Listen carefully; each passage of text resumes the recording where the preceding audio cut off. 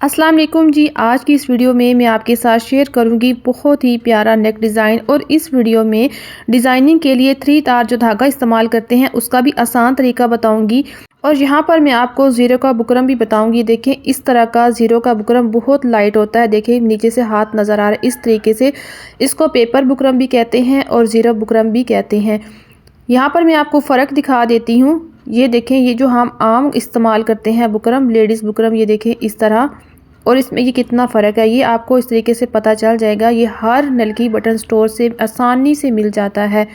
अभी हमने डिज़ाइनिंग के लिए क्या करना है, यहाँ पर हमने इसकी चौड़ाई ली है 4.5 इंच और लंबाई ली है 12.5 इंच।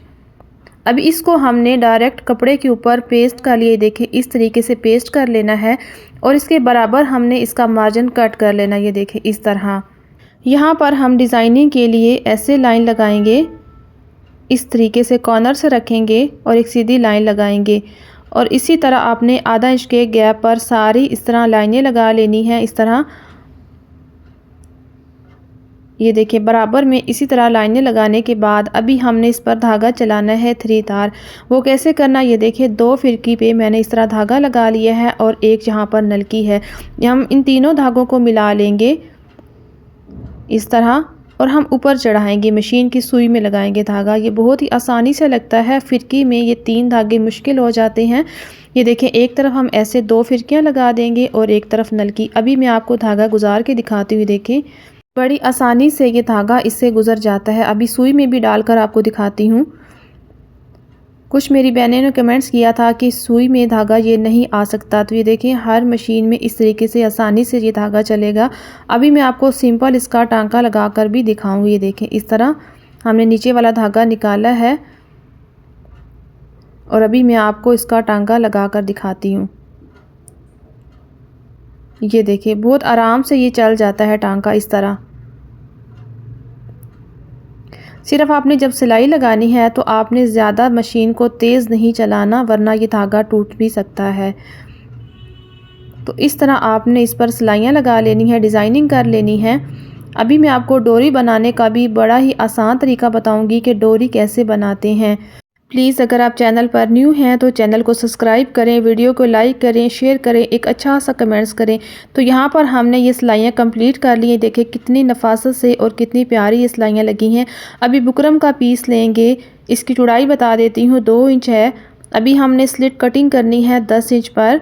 इस निशान को सीधा करेंगे, फिर 1.25 इंच की दूरी पर हम दूसरा निशान लगाएंगे। अभी यहाँ से भी इतनी ही चौड़ाई पर ऐसे सीधी लाइन लगाएंगे।